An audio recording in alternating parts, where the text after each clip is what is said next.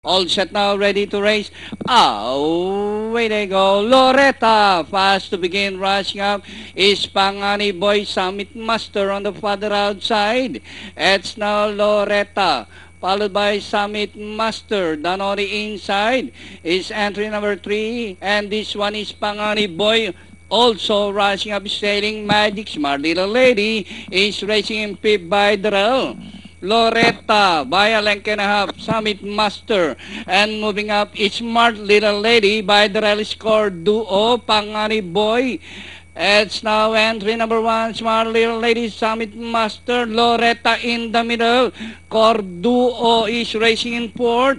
Rounding the fourth turn, 3 runners fighting it out for the lead. Smart Little Lady by a long neck. And in the middle is Loretta, Summit Master, Corduo. As they race the final corner, is Smart Little Lady by a head. Loretta is in the middle, Summit Master, and moving up by the Pangani Boy.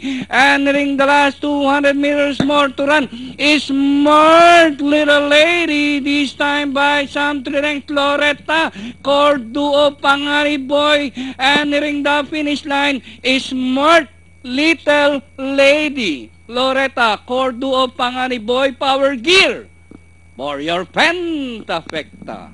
1, 5, 4, 3,